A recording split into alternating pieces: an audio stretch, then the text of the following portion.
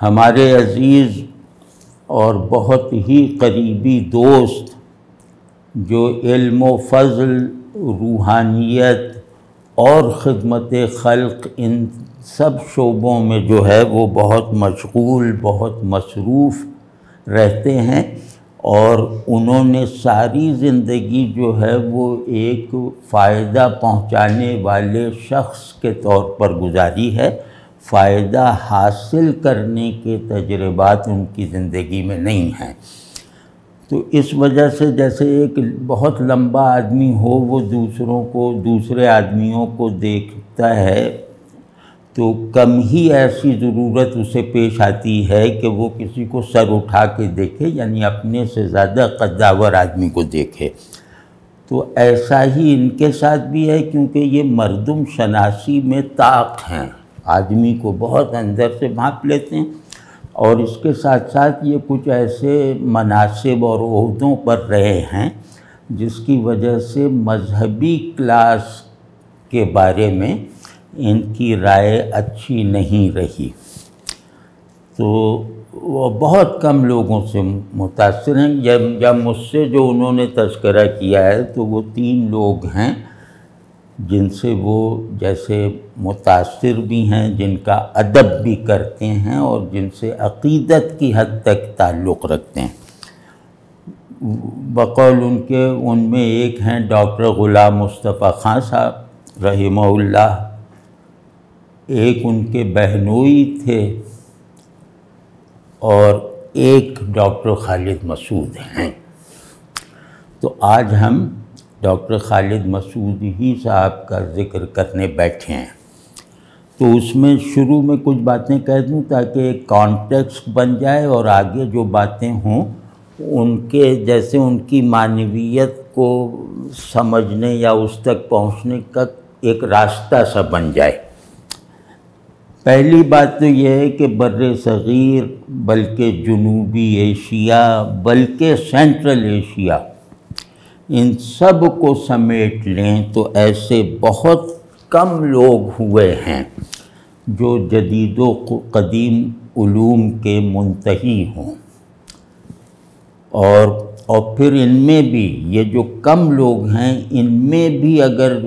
مزید چھانا جائے تو ایسی ہستیاں جیسے نہ ہونے کے برابر ہیں جنہوں نے جدید اور متداول علوم میں تبخر، مہارت اور کمال دینی غرض سے حاصل کیا ہو، یعنی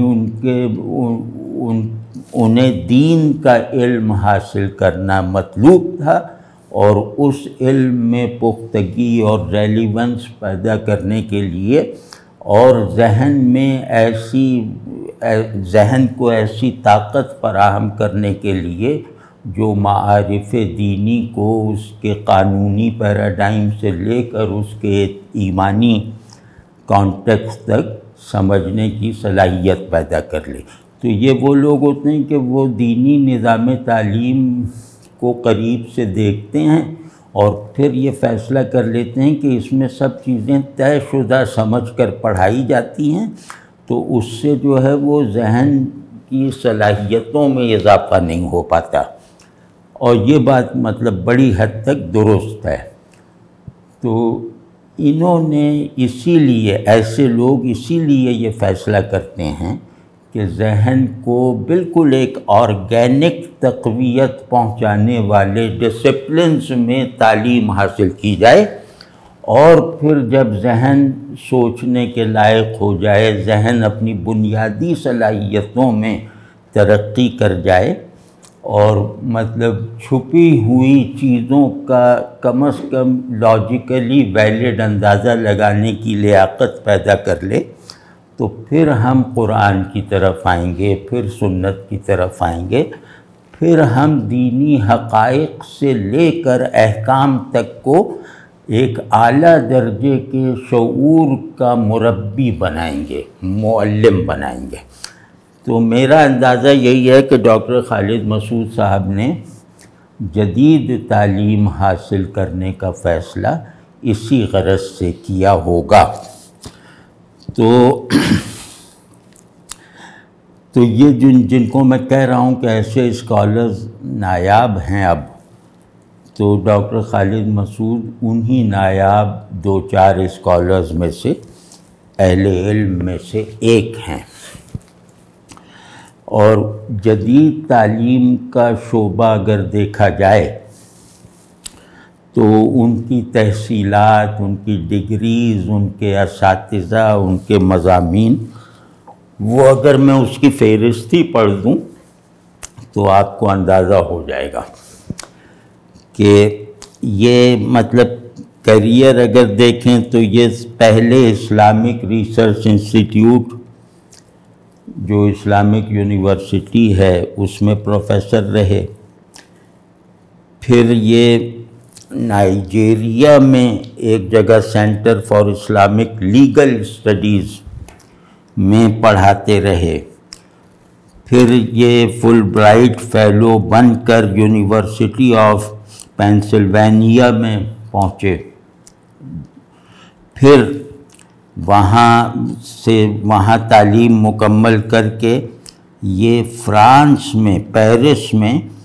ایک ادارے میں جو ہے وہ لیکچرر لگ گئے،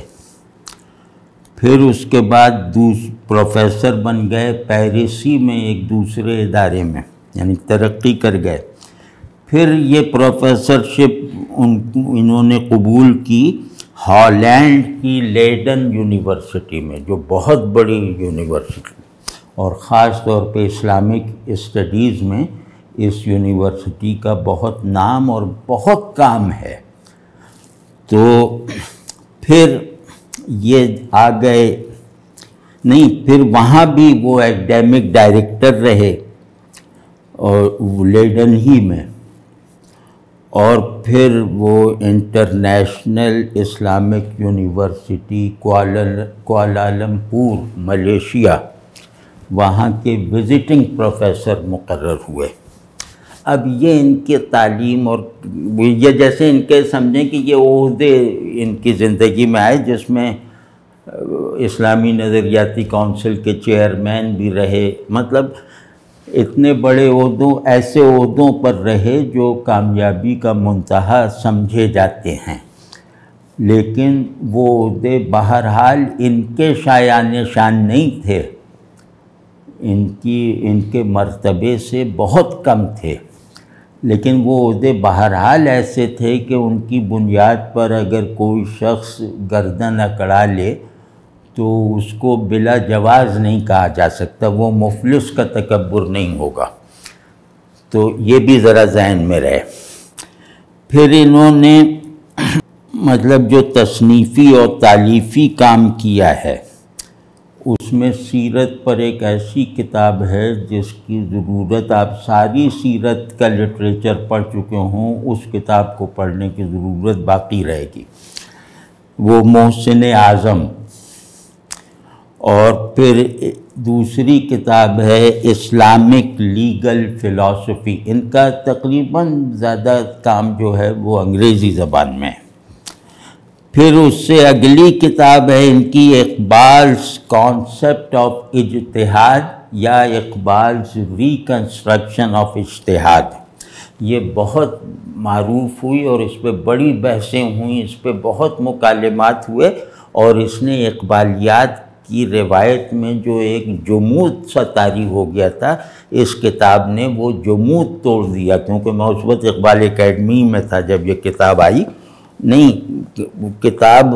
آئی تو 1975 میں ہے، لیکن بہرحال وہاں میں نے دیکھا کہ اس کتاب کو کسی کی نظر میں یہ بہت بڑا خطرہ تھی، اور کسی کی نظر میں یہ جیسے خزاں میں بہار کی آمد کا نقیب جیسے ہوتا ہے وہ حیثیت رکھتی تھی۔ پھر ان کی ایک انتہائی اہم کتاب ہے جو اس موضوع پر سند کی حیثیت رکھتی ہے، وہ ہے شاطبی's فلسفی آف اسلامک لا۔ پھر نہیں، وہ اقبال's کانسیپٹ آف اجتہاد، پھر دوسری کتاب ہے اقبال's ریکنسٹرکشن آف اجتہاد، اس کی میں بات کر رہا ہوں کہ میں اقبال اکیڈمی میں تھا، یہ 95 میں چھپی۔ پھر انہوں نے کچھ بہت ہی بنیادی تحقیقی اور فکری متون ایڈٹ کیے، تالیف کی یا اس میں کو آتھر رہے، جیسے اسلامک لیگل انٹرپریٹیشنز، یہ ہارورڈ سے چھپی ہے، اور ٹریولرز ان فیتھ یہ برل سے چھپی ہے، اور ڈسپینسنگ جسٹس ان اسلام یہ بھی برل سے چھپی ہے 2006 میں، اور اسلام اینڈ ماڈرنٹی کی ایشوز اینڈ ڈیبیٹس یہ ایڈنبرگ یونیورسٹی پریس سے چھپی ہے۔ ان کی جو کتابیں ہیں وہ اگر دیکھیں باہر سے بہت چھپی ہیں، اور آج بھی یہ حال ہے ویسٹرن ایکڈیمیا میں، اسلامک اسٹڈیز کے شعبوں میں، خصوصاً اسلام میں قانون سازی کے اصول اور ان کے تاریخی مظاہر و تسلسل کے موضوع پر ڈاکٹر خالد مسعود ویسٹرن ایکڈیمیا میں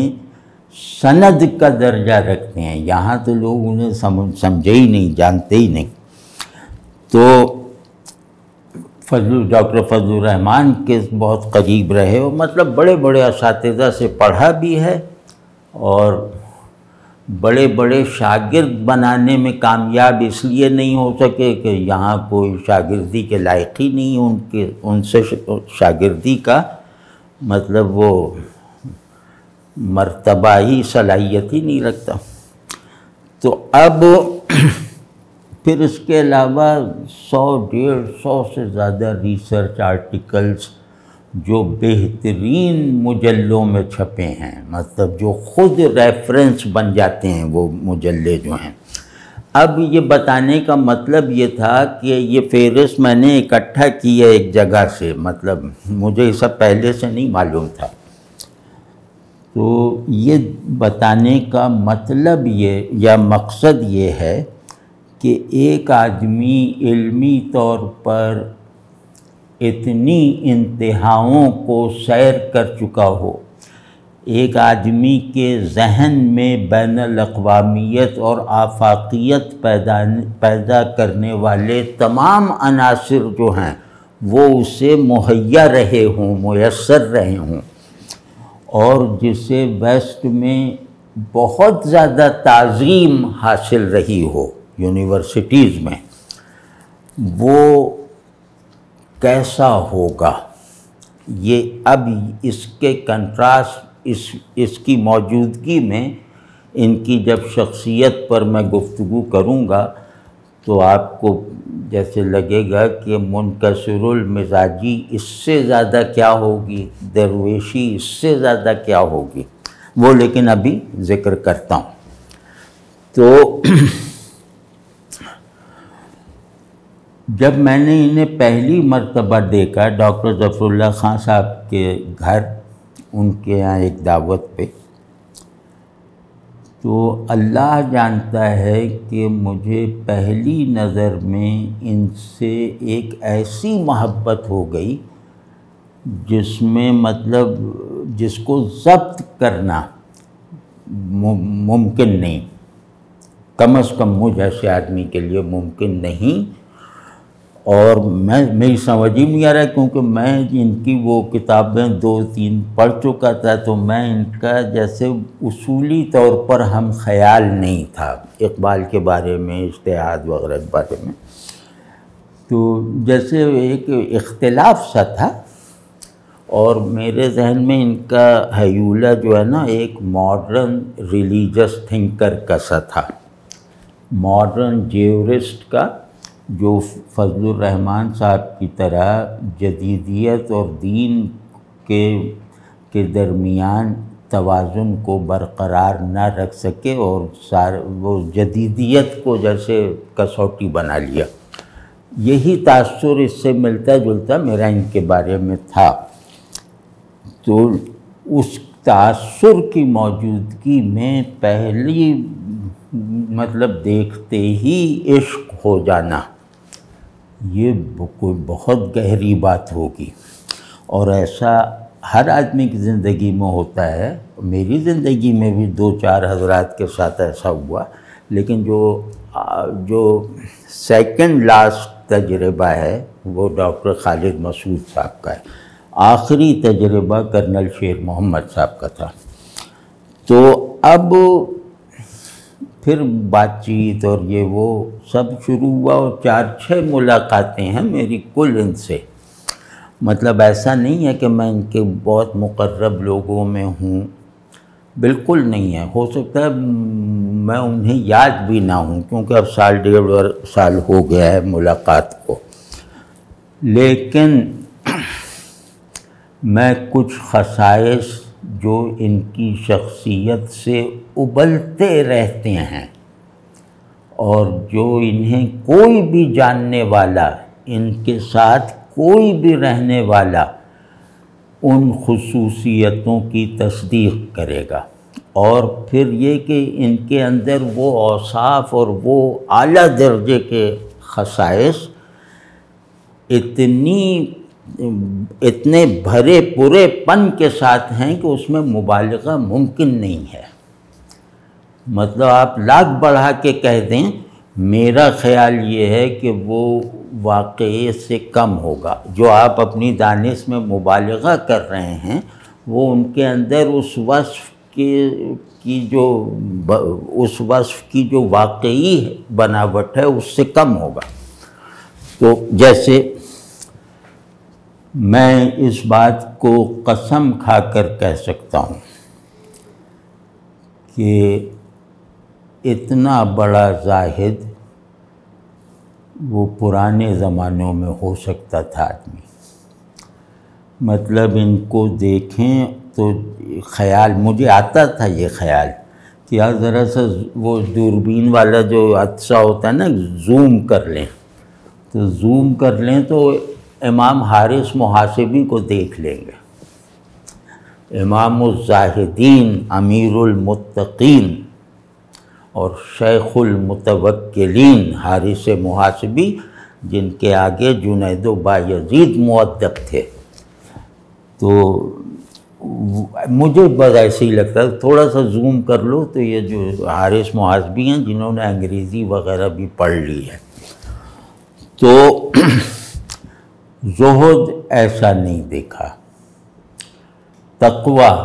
تقویٰ کا مطلب ہے کہ نفس کی صفائی کو، نفس میں موجود پاکیزگی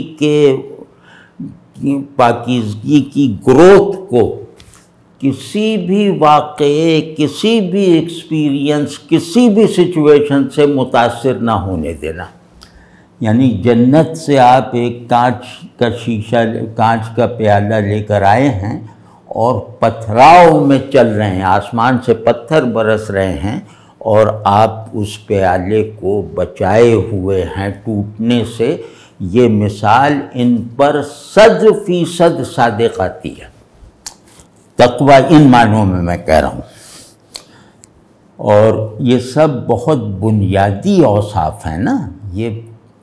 اوصاف ایمانی اوصاف ہیں، یہ اوصاف فطری اوصاف ہیں، یہ اوصاف ہی ہیں جن کا ذرہ بھی میرے اندر پیدا ہو جائے تو مجھے صادق کہنا ممکن ہو جائے گا۔ لیکن ان کے یہاں یہ اوصاف اس طرح سے ہیں کہ وہ انہیں کامل ماننا اور سمجھنا ضروری ہے۔ تو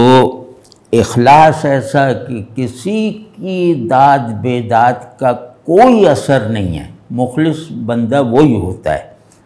کہ جو ریا کا جس کے بارے میں تصور بھی نہ کیا جا سکے، اور جس کو نہ وہ کسی کی تعریف سے خوش ہوتا ہے، نہ کسی کی تنقید سے ناخوش، نہ اسے اپنی تعریف کی طلب ہے اور نہ اسے اپنا حلقہ بڑھانے سے کوئی دلچسپی ہے۔ تو یہی للہیت ہے کہ صاف نظر آتا ہے کہ آپ اللہ کی طرف سے اپنی جو روئیں کے ساتھ اللہ کی طرف یکسوئی کا مادہ رکھنے والی ایک شخصیت کے ساتھ بیٹھے ہیں۔ جنہوں نے دیکھا ہوگا وہ بتا سکتے ہیں۔ پھر توکل، کوئی اپنی دنیاوی ترقی یا کسی بھی کام میں کسی سے مدد نہ لینا، کسی سے کوئی توقع نہ رکھنا، یہ ان کا بہت بنیادی وصف ہے جو ان کے اعمال سے مسلسل ظاہر ہوتا رہتا ہے۔ اور ماشاءاللہ 83 برس کے ہیں اب، اور اب تک کی 83 برس کی زندگی میں مجھے تو اس بات کا یقین ہے کہ ان کا کوئی ایک لمحہ بھی رجوع الی اللہ کی کیفیت سے خالی نہیں گزرا ہوگا، اور ان کا ایک سیکنڈ بھی ضائع نہیں ہوا ہوگا۔ مطلب ابھی کچھ 1-1.5 برس پہلے بات ہو رہی تھی، کہنے میں تصوف پہ کام کر رہا ہوں، کوئی نجم الدین کبریٰ صاحب یا اس طرح کا، اللہ کرے وہ ہو چکا ہو، تو اس وقت بھی مطلب جس عمر میں لوگوں سے قلم سنبھالنا مشکل ہو جاتا ہے، اس عمر میں بھی وہ مصروف رہتے ہیں۔ تو پھر استغنا، جس میں توکل ہوگا اس میں استغنا ہوگی۔ استغنا ایک ایسی کیفیت ہے جس میں ایک نفسیاتی ضرر کا اندیشہ بہت پختہ ہوتا ہے، وہ ہے خود پسندی۔ تو ان کے یہاں استغنا بالکل مٹی جیسے انکسار اور صحرا جیسی بے نیازی کے ساتھ ہے۔ تو مطلب وہ کوئی دعوے کی طرح نہیں ہے۔ اور پھر سچی بات بتاؤں کہ اگر کوئی مجھ سے پوچھے کہ یار یہ ڈاکٹر صاحب کی اتنی تعریف کر رہا ہو، کچھ ان سے پوچھ کے بتاؤ کہ ان کی تمنا اور خواہش کیا ہے اس دنیاوی زندگی میں، تو میں کہوں گا گمنامی اور خاموشی اور نامذکوری۔ اس دنیاوی زندگی میں نے شہرت سے ایسا اجتناب، یعنی لگتا ہے کہ یہ آدمی چاہتا ہے کہ اس کا کوئی ذکر نہ ہو، گمنامی کی طرف ایسی رغبت اور خاموشی پر ایسا عمل میں نے نہیں دیکھا۔ تو پھر انکسار کا یہ عالم ہے، مطلب جو آدمی اللہ تبارک و تعالیٰ کے ساتھ تعلق کے لیے درکار نفسیاتی اور قلبی اوصاف و احوال رکھتا ہے، اور اس اتنی شدت کے ساتھ رکھتا ہے کہ وہ اوصاف اس کی طبیعت کے اوصاف بن گئے ہوں، وہ احوال اس کے ذہن کے احوال بن گئے ہوں، یعنی وہ خودکار ہو گئے ہوں، تو یہ اگر کسی کو یہ دولت نصیب ہو جائے، اللہ سے قرب کا یہ مرتبہ حاصل ہو جائے، یا اللہ سے تعلق کے آداب پورا کر دینے کے نتیجے میں حاصل ہونے والے یہ انعامات اللہ مجھے دے دے، تو پھر میرے مجھ سے اظہار پانے والا ایک سنتھیٹک وصف ہوگا جو ان تمام اوصاف کو اپنے اندر سمیٹے ہوگا، وہ ہے انکسار، تواضع، عاجزی۔ ہر بڑے آدمی کا پہلا وصف جو آپ تک کنوے ہوتا ہے وہ انکسار ہوتا ہے۔ تو ایسی منکسر المزاجی کہ میں اگر کچھ واقعات بیان کر دوں تو لوگ سمجھیں گے پتہ نہیں کہاں سے یہ تخلیق کیا گیا ہے یہ واقعہ۔ تو مطلب آپ یوں کہہ لیں کہ میں نے ان میں جو منکسر المزاجی مسلسل حالت اظہار میں دیکھی ہے، سوتے جاگتے حالت اظہار میں دیکھی ہے، وہ ایسی ہے جو اللہ کے محبوب اور فنا فی اللہ ہستیوں ہی میں پائی جا سکتی ہے، اس سے نیچے کی نہیں، یعنی جو ولایت کے منتہا پر پہنچے بغیر میسر نہیں آ سکتی۔ یہ مطلب تصوف کی اصطلاح میں کہہ رہا ہوں، جو اقطاب میں بھی سب کو نصیب نہیں ہوتی، وہ منکسر المزاجی بخدا ڈاکٹر خالد مسعود صاحب سے جیسے چھلکتی ہوئی محسوس ہوتی ہے، دکھائی دیتی ہے۔ پھر اتنے بڑے بڑے اوصاف اور ان اوصاف کا بھی ہر وصف کا ایسا محسوس ہونا کہ یہ اپنی حد کمال کو چھو رہا ہے۔ اس کے بعد پھر زندگی کو اس کے سماجی تقاضوں کے ساتھ گزارنا اور ان اوصاف کو چھپاتے ہوئے ایک معاشرے کے لیے مفید آدمی بن کے رہنے کے لیے درکار خصوصیات، وہ بھی سب ان کے ماتحتوں کو معلوم ہے، ان کے جو اسٹوڈنٹس ہیں وہ گواہی دیں گے کہ ایسی ہمدردی کہ لگتا ہے کہ زخم مجھے لگا ہے، تکلیف انہیں ہو رہی ہے، اور چھوٹوں پر ایسی شفقت کہ انہیں یہ احساس نہیں ہوتا کہ یہ کوئی پدرانہ شفقت ہے، مطلب بڑے بن کے شفقت نہیں کرتے۔ پھر ایسی نرم دلی جس میں آنکھوں کا نم ہو جانا نقص ہے، ایسی نرم دلی۔ تو اور بھی آپ جو اچھے بندے اور اچھے آدمی، کامل بندے اور کامل بشر کے لیے جن اوصاف کا تصور کر سکتے ہیں، اللہ نے جن اوصاف کو اپنے دوستوں کے لیے لازم ٹھہرایا ہے، اس کی فہرست بنا لیجئے، قرآن سے بنا لیجئے، حدیث سے بنا لیجئے، آپ کو کوئی ایک صفت ان میں سے خارج، ان کی ذات سے خارج نہیں ملے گی۔ یہ میں پوری خدا خوفی کے ساتھ کہہ رہا ہوں۔ تو اب ظاہر ہے کہ ایک آدمی مجھ جیسے اندھے کو بھی نظر آ رہا ہو کہ یہ ایسے آدمی ہیں، اور وہ مجھ سے بھی بڑے وہ کہ وہ عجیب طرح کے ہیں، ان کے ساتھ رہنا خطرناک ہے، کیونکہ وہ آپ کو بڑائی کے احساس میں ڈال دیں گے۔ تو میں نے ان سے استفادے کا ایک ڈھب اپنی پچھلی تربیت کی بنیاد پر نکالا ہوا ہے، اور اس کو اپنے حق میں نتیجہ خیز اور مؤثر دیکھتا بھی ہوں، محسوس بھی کرتا ہوں۔ وہ ایسے ہی ہے جیسے ایک نالائق سا مرید ہے، کاہل ہے، کمزور ہے، لیکن بہرحال وہ اپنی اصلاح کرنا چاہتا ہے، اس خواہش میں وہ بیچارہ سچا ہے۔ تو میں وہی نالائق مرید ہوں، اور انہیں ایسے دیکھتا ہوں کہ یہ ایک کامل شیخ ہیں جن کو خود اپنی فیض رسانی کا اندازہ نہیں ہے۔ بس یہ تعلق میرا اور ان کا میری نظر میں ہے۔ اللہ انہیں سلامت رکھے، اللہ ایسے لوگوں کے ساتھ دونوں زندگیاں ایسے لوگوں جیسی عطا فرمائے۔ تو آمین۔